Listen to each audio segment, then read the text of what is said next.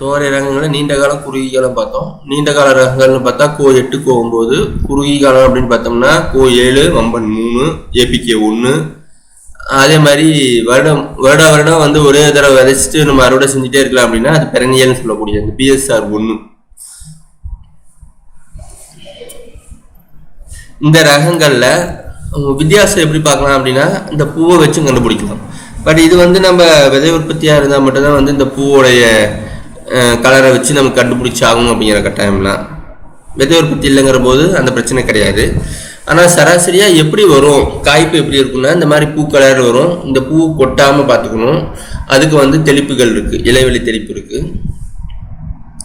அதெல்லாம் அடித்து இந்த பூவெல்லாம் காயாக மாற்றணும் அப்படின்னா மகசூல் வந்து அதிக அளவில் கிடைக்கிறதுக்கு வாய்ப்பு இருக்குது.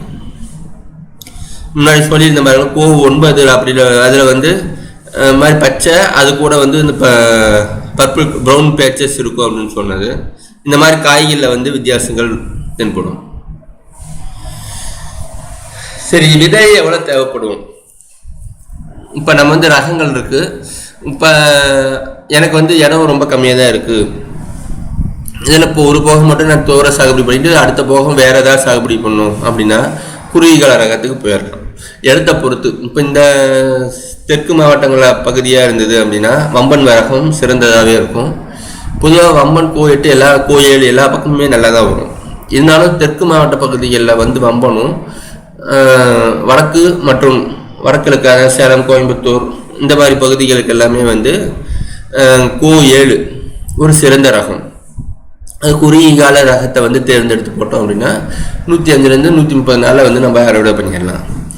ஸோ இப்போ இந்த மாதிரி அதே மாதிரி துவரையை பொறுத்த வரையும் மண்ணோடைய வளத்துக்கு பொறுத்து நம்ம விதை அளவை கூட்டுறதோ குறைக்கிறதோ பண்ணிக்க முடியும். ஏன் அப்படின்னா மண் வளம் ரொம்ப அதிகமாக இருந்தது அப்படின்னா அதிக இடைவெளி கொடுத்து நம்ம நடவு செய்யணும். மண் வளம் குறைவாக இருக்குது அப்படின்னா குறுகிய இடைவெளி நடவு செஞ்சோம்னா தான் நஷ்டம் இல்லாமல் வந்து நம்மளோட மகசூல் எடுக்க முடியும். ஸோ அப்போ குறைந்த வளம் அதிக வளம் எப்படி சார் நம்ம கண்டுபிடிக்கிறது அப்படின்னா நம்ம இதுக்கு முன்னாடி செய்யக்கூடிய பயிர்கள் இருந்த உரம் போடாமையே நல்லா வளரக்கூடிய தன்மையில் இப்போ மண் இருக்குது அப்படிங்கும்போது அது நல்ல வளமான மண். உரம் கொடுத்தா தான் ஏதாவது லைட்டாவது வளர்ச்சி தெரிய வரும் அப்படின்னா வளம் குன்றிய மண் அப்படிங்கிறது ஒரு சுலபமாக கண்டுபிடிக்கக்கூடிய ஒரு விஷயம். சரி, அதில் நீண்ட கால பயிராக இருந்தது அப்படின்னா அதை வந்து குறைந்த வள மண்ணில் போகிறதுக்கு தனி பயிராக இருக்கும் பொழுது 8 கிலோ தேவைப்படும். அதிக வளமாக இருந்தால் 5 கிலோ இருந்தால் போதும். இதெல்லாம் ஒரு ஏக்கருக்கு.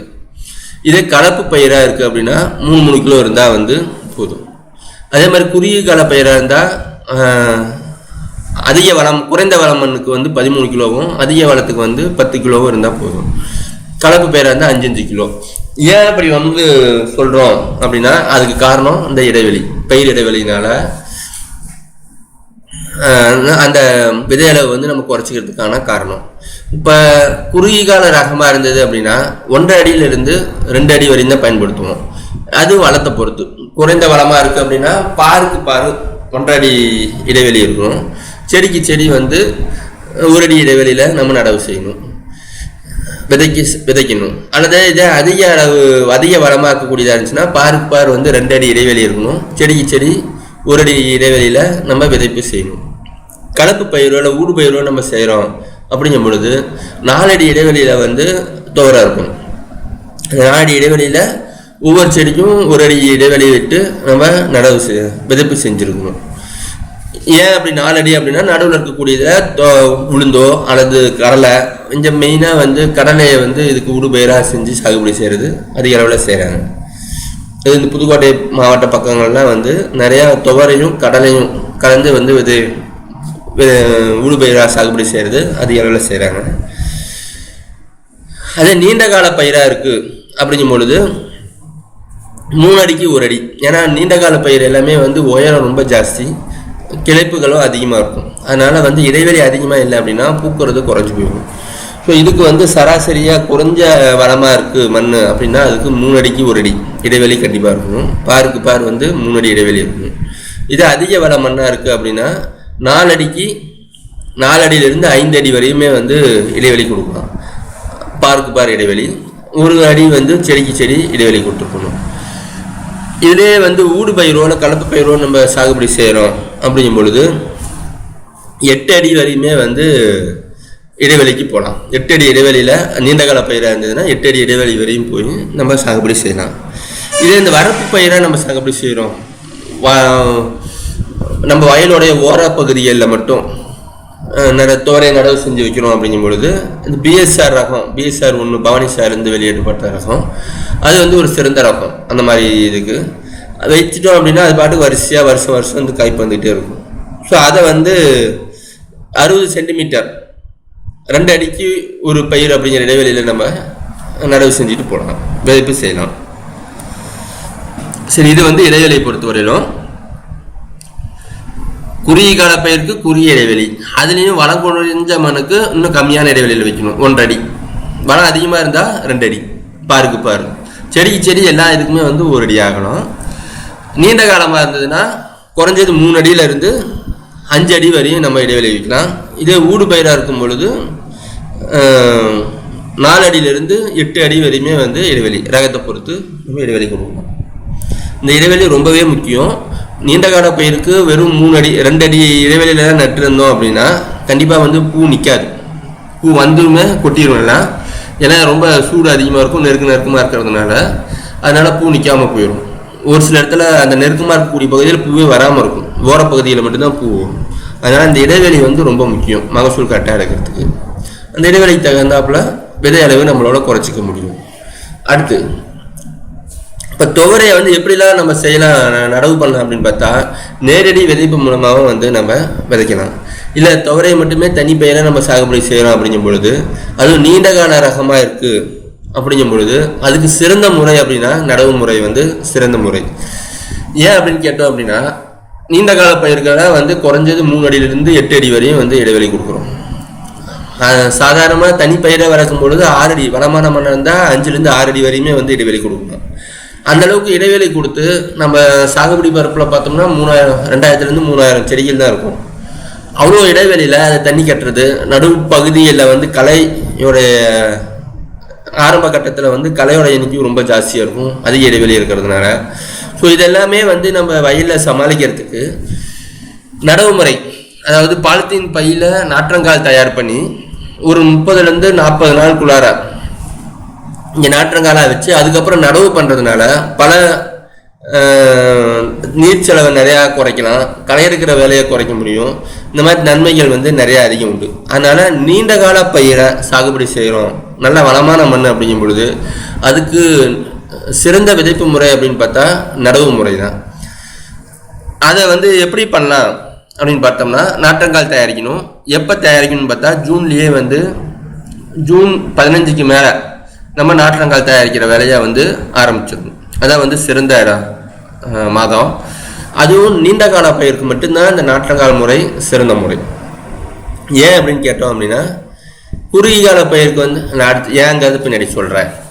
நீண்ட கால துவரை ரகங்களை மட்டும்தான் நாற்றங்கால் மூலமாக நடவு முறைக்கு தேர்வு செய்யணும். அதுவும் எப்போ நம்ம செய்யணும் அப்படின்னா ஜூன் 15, அதாவது இந்த ஆடிப்பட்டத்தில் வந்து நம்ம நாற்றங்கால் விதைப்புக்கு ஆரம்பிச்சிடணும்.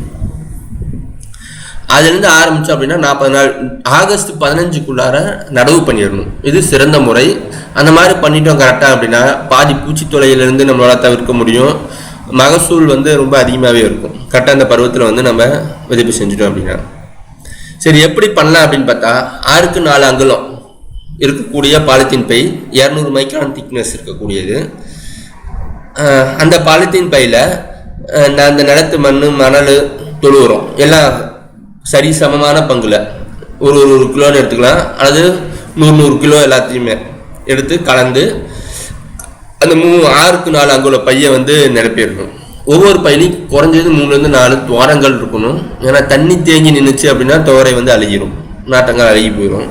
அதனால் அந்த தேக்கம் இல்லாமல் இருக்கிறதுக்கும் காத்தோட்டத்துக்கும் ஒரு 3லேருந்து 4 துளைகள் வந்து அந்த பையில் போட்டு வச்சுருப்போம். இப்போ இதில் அந்த மண்ணெல்லாம் நிரப்பி ஒவ்வொரு இதுக்கும் வந்து 2 விதைகளை விதைச்சிடலாம்.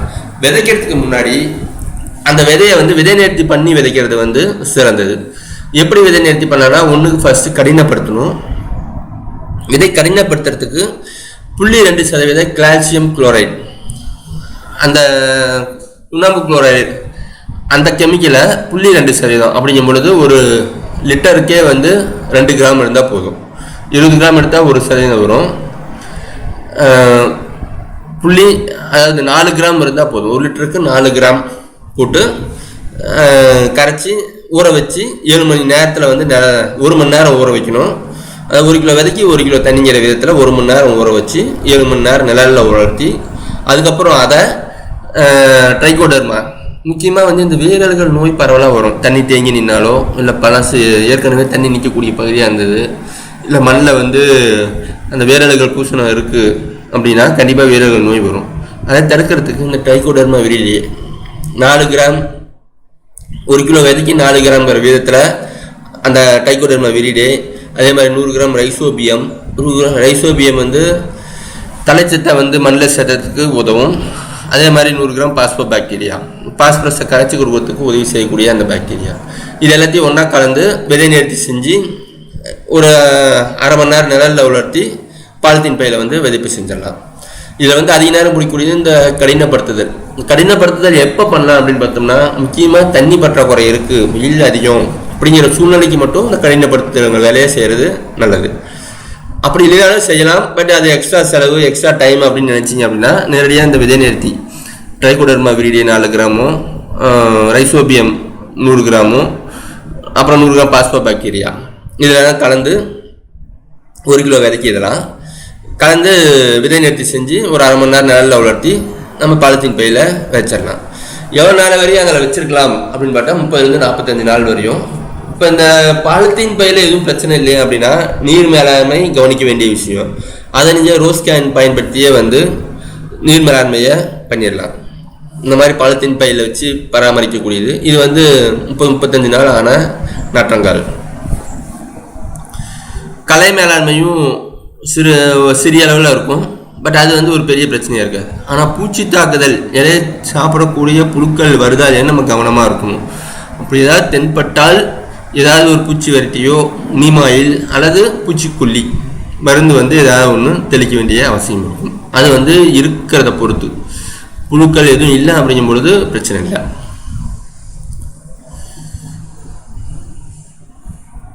சரி, இப்போ இதை வந்து எப்படி நடவு பண்ணும் அப்படின்னு பார்த்தோம்னா 30 to 45 நாளுக்குள்ளார அப்படிங்கும் பொழுது நீங்கள் இப்போ ஜூலை 15க்கு மேலே, ஜூன் 15க்கு மேலே போட்டிருக்கீங்க அப்படின்னா ஆகஸ்ட் 1ஆம் தேதி 2ஆம் தேதியெலாம் நீங்கள் நடவு பண்ணியிருக்கணும் அதிகப்படியாக. இல்லை ஜூன் மாதம் ஜூலை ஆரம்பத்தில் போட்டிருக்கீங்கனாலும் ஆகஸ்ட் 10க்குள்ளார வந்து இதை வந்து நடவு பண்ணியிருக்கணும். எப்படி நடவு பண்ணும் அப்படின்னு பார்த்தோம் அப்படின்னா முன்னாடி சொன்ன மாதிரி இடைவெளியில் நீண்ட கால ரகத்தை மட்டும்தான் நம்ம எடுக்கணும்னு சொல்லியிருக்கோம். அதனால் குறைஞ்சது மண் வளத்தை பொறுத்து நல்ல மண் வளமான மண்ணாக இருந்தால் 4 அடியிலிருந்து 5 அடி வரையும் இடைவெளி விட்டு ஒவ்வொரு பார் வரிசையிலையும் 1 அடி இடைவெளியில் ஒவ்வொரு இதாக வந்து கண்டை வந்து நட்டுருக்கணும். அதுக்கு முன்னாடியே வந்து நம்ம நிலத்தை தயாரிப்பெல்லாம் செஞ்சு வச்சுக்கணும். அதாவது நல்லா 2 தடவை உளுந்து புழுதி உழவாக எடுத்து அதுக்கப்புறம் இந்த 4 அடி இடைவெளியில் வந்து குழி ஒரு அரை அடிக்கு மட்டுமே குழி எடுத்து அதுக்கப்புறம் வந்து நடவு செஞ்சுருக்கணும். இந்த மாதிரி நடவு செஞ்சதுக்கப்புறம் ஒரு 10 நாள் இடைவெளியில் உரங்களை வந்து நம்ம கொடுக்கணும். எவ்வளோ உரம் தேவைப்படும் அப்படின்னு பார்த்தா, இரவை பயிராக இருந்தது அப்படின்னா 25 கிலோ 50 கிலோ 25 கிலோ ஒரு ஹெக்டருக்கு இது தலைமணி சாம்பல் சத்து வந்து தேவைப்படும். 25 கிலோ அப்படிங்கிறது ஒரு மூட்டை யூரியா எடுத்துட்டோம்னா அப்படின்னா 45 கிலோ இருக்கும். 45 கிலோ மூட்டையில் சராசரியாக 46% வந்து அதில் இருக்கும். அது கிட்டத்தட்ட 20 கிலோ வந்து தலைச்சத்து இருக்கும். 1.5 மூட்டைக்கு பக்கத்தில் நம்ம கொடுக்குற மாதிரி இருக்கும். அந்த மாதிரி நம்ம கணக்கு பண்ணி அந்த 3 வந்து அடி உரமாகவே ஒரு 10 to 15 நாளுக்குள்ளார கொடுக்கணும். துத்தநாக சல்ஃபேட் இப்போ பரவலாகவே வந்து அதனுடைய பற்றாக்குறை தெரிய வருது.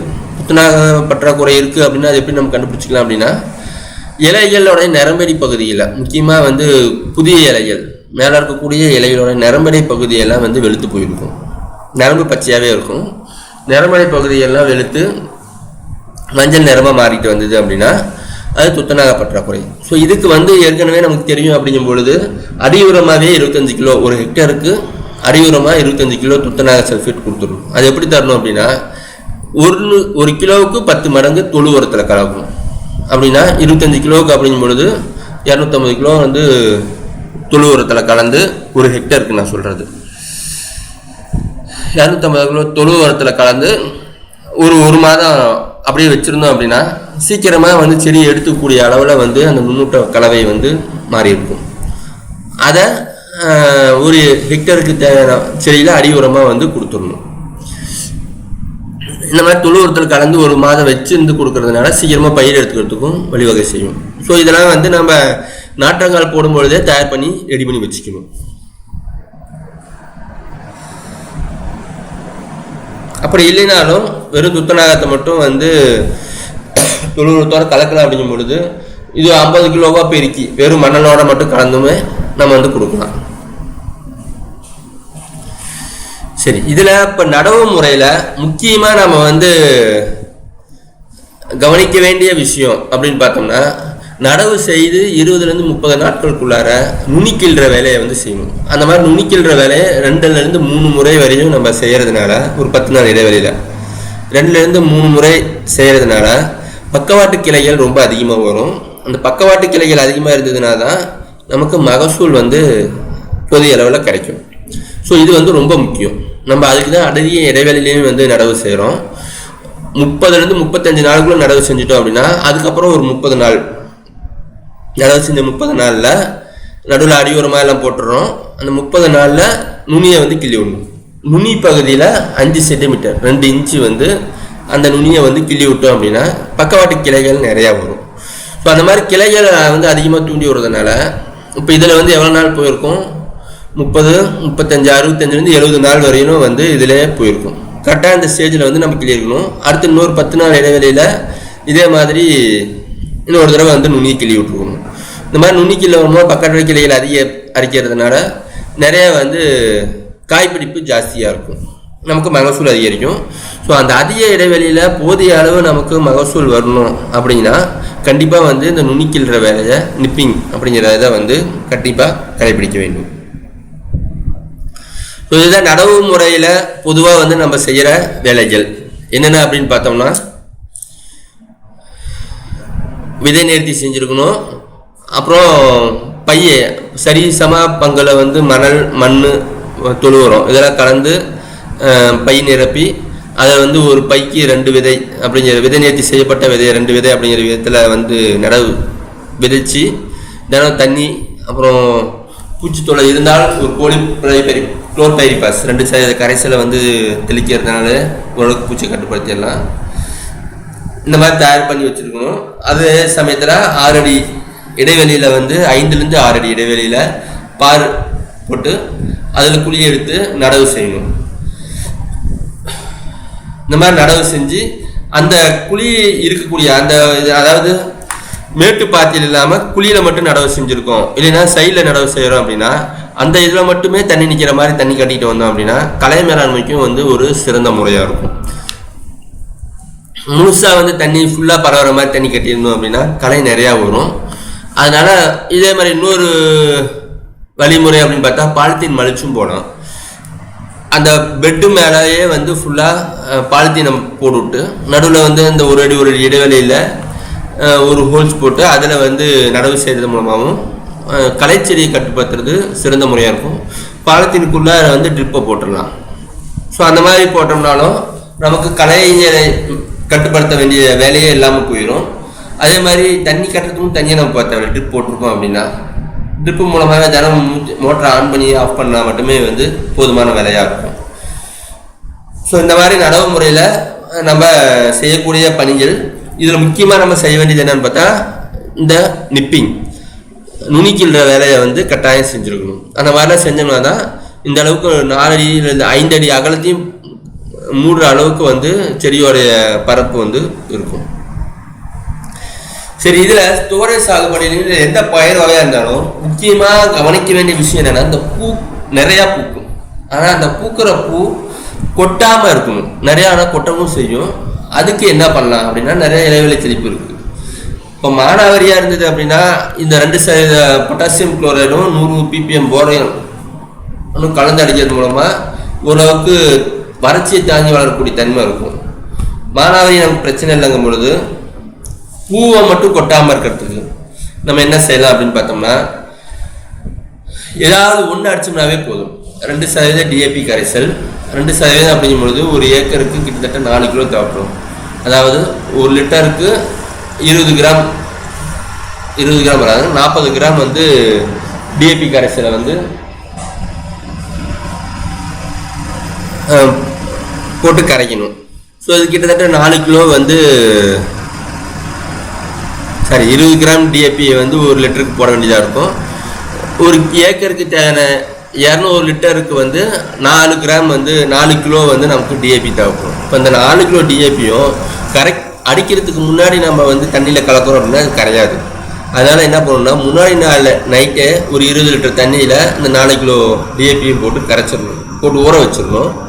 அது அடுத்த நாள் காலையில் கூட ஓரளவுக்கு கரைஞ்சிருக்கும். அதை எடுத்து வடிகட்டி 200 லிட்டருக்கு பெருக்கி 1 ஏக்கர் பயிருக்கு வந்து நம்ம தெளிக்கலாம். அந்த மாதிரி 2 டிஏபி கரைசல் அடிக்கலாம். அல்லது 40 ppm NOP NAA naphthalene acetic acid அப்படின்னு சொல்லக்கூடிய ஒரு வளர்ச்சி ஊக்கி, இதை வந்து பிளானோஃபிக்ஸ் அப்படிங்கிற பேரில் வந்து கமர்ஷியலாக வந்து மருந்து கடையில் எல்லாமே கிடைக்கும். அந்த இதை வாங்கி 1 லிட்டருக்கு 40 மில்லிகிராம் வீதத்தில் கலந்து, இது வந்து பிபிஎம் தான், ரொம்ப கம்மியான டோஸில் தான் கொடுக்கணும். இலை வெளியாக தெளிக்கலாம். இது ரெண்டில் ஏதாவது ஒன்று. எப்போ தெளிக்கணும் அப்படின்னு பார்த்தோம்னா பூக்கள் ஆரம்பிக்கிற சமயத்தில் வந்து முதல் தெளிப்பும், அடுத்த 15 நாள் இடைவெளியில் 2வது தெளிப்பும் வந்து கொடுத்துக்கணும். கட்டாயமாக 2 தெளிப்பு வந்து கொடுக்கணும். இந்த மாதிரி இடைவெளியில் 2 தெளிப்பு தரதுனால பூ கொட்டுறதை வந்து பெரிய அளவில் வந்து தடுக்கப்படும். இன்னொரு விஷயம், இப்போ நமக்கு மழை வந்துருச்சு, பூ இருந்த போல கொட்டி போயிடுச்சு, இந்த மாதிரி இப்போ அடிக்கடி மழை வந்துடுது. நீண்ட கால பயிரை வந்து நீங்கள் ஜூன் ஜூலையில் வந்து விதைக்கிறதோ அல்லது நடவு முறையில் ஆகஸ்ட்டில் நடவு பண்ணியிருக்கீங்க அப்படின்னா அறுவடைக்கு ஜனவரி மாதத்தில் வரும். இப்போ திடீர்னு இந்த ஜனவரியில் வந்து அதிக கனமழை வந்து நிறையா சேதம் வருது. ஸோ அந்த மாதிரி வந்து பூவெல்லாம் கொட்டி போயிடுச்சு, காய் பிடிக்கவே இல்லை அப்படின்னா அந்த மழையெல்லாம் நின்னதுக்கப்புறம் இந்த டிஏபி NAA கூட வந்து 100 ppm சாலிசிலிக் ஆசிட், இது 3ஐயும் கலந்து அடிச்சிங்க அப்படின்னா திருப்பி நல்லா பூ வரதுக்கு வாய்ப்பு இருக்கும். ஸோ அந்த மாதிரி பூவை உருவாக்கி திருப்பியும் வந்து நம்ம ஒரு மகசூல் எடுக்கிறதுக்கும் அது வழிவகை செய்யும். கூட தண்ணி நிறையா மழை வந்திருக்கு, தேங்கி நின்று அடிச்சுட்டு போயிருக்கு அப்படின்னா ஒரு 12 கிலோ யூரியாவும் வந்து அடி உரமாக, அதாவது அந்த மேல் உரமாக வந்து கொடுக்கறது மூலமாக பயிர் வளர்ச்சி நல்லாயிருக்கும், பூவும் திருப்பி பிடிச்சி நல்ல மகசூல் எடுக்கிறதுக்கு வழிவகை செய்யும். அப்படி இல்லை, எந்த பிரச்சனையும் இல்லைங்கும் பொழுது ஏதாவது ஒரு இதை வந்து பூக்க ஆரம்பிக்கும் பொழுது ஒரு ஸ்ப்ரே கொடுத்து 15 நாளில் இடைவெளியில் இன்னொரு ஸ்ப்ரே கொடுத்தோம்னாவே பூ உதிர்தல் தவிர்க்கப்படும்.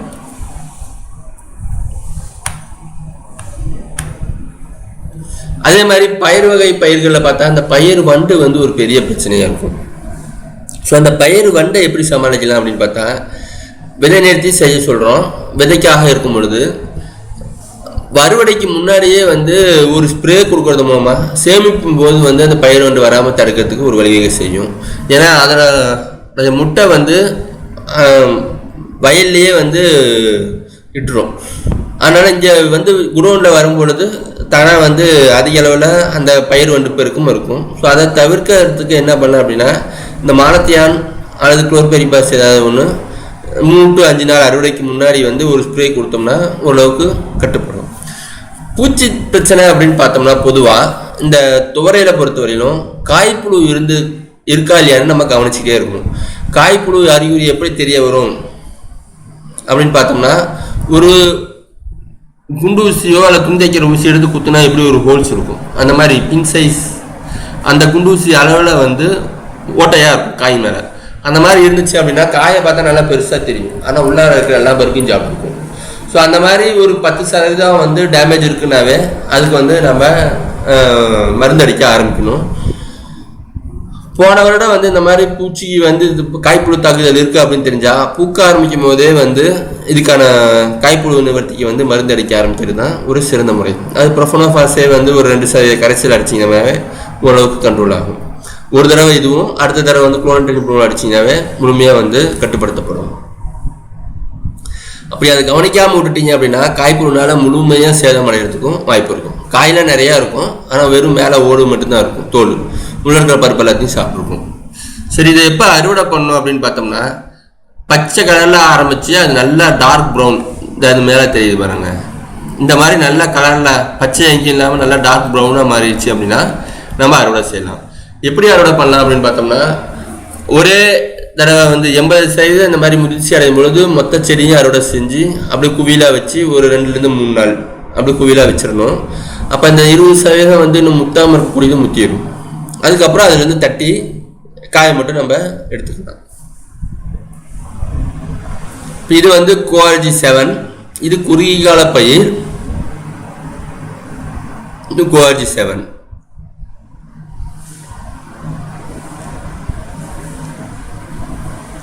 மூடாக்கு போகிறது ஒரு சிறந்த முறை. மூடாக்கு முன்னாடி பாலித்தீன் மல்ச்சை பற்றி சொன்னேன். இந்த மாதிரி நம்மளது பயிர் கழிவுகள் எதுவாக இருந்தாலுமே மூடாக்கா போடுறதுனால அதோடைய ஈரப்பதம் நிற்கிறது ஒரு பக்கம், ரெண்டாவது வந்து களையும் வந்து பெரிய அளவில் கட்டுப்படுத்தப்படும். இந்த மாதிரி இயற்கை மூடாக்கு போடுறோம் அப்படின்னா குறைஞ்சது 2 இன்ச்சுக்கு 5 சென்டிமீட்டர் உயரத்துக்காவது வந்து மூடாக்கு இருக்கணும். சும்மா மேலே மட்டும் மண்ணை மூடுற மாதிரி தூவிட்டோம் அப்படின்னா பத்தாது, களைச்செடி நிறையா வரத்துக்கு வாய்ப்பு இருக்கும். அதனால் நல்லா திக்காக நிற்கிற அளவுக்கு போடணும். பயிரை ஒட்டி இல்லாமல் கொஞ்சம் தள்ளி போடுறதுனால இந்த மற்ற களைச்செடிகளும் வராமல் தடுக்கப்படும், ஈரப்பதமும் வந்து அதிக நாளைக்கு நிற்கும். இது வந்து கோ 8 உயரம் பாருங்க. இது கிட்டத்தட்ட நானே வந்து 6 அடி, இது கிட்டத்தட்ட வந்து ஒரு 8 அடிக்கு மேலே வந்து உயரம் வந்திருக்கும். இதே கோ 9 அடி மாதிரி கிட்டத்தட்ட மரம் மாதிரியே வந்து வரும். ஸோ இதுக்கெல்லாம் வந்து குறைஞ்சது 5லேருந்து 6 அடி இடைவெளி விட்டோம் அப்படின்னா தான் பூக்கிறது நல்லாயிருக்கும், மகசூலும் அதிக அளவில் கிடைக்கும்.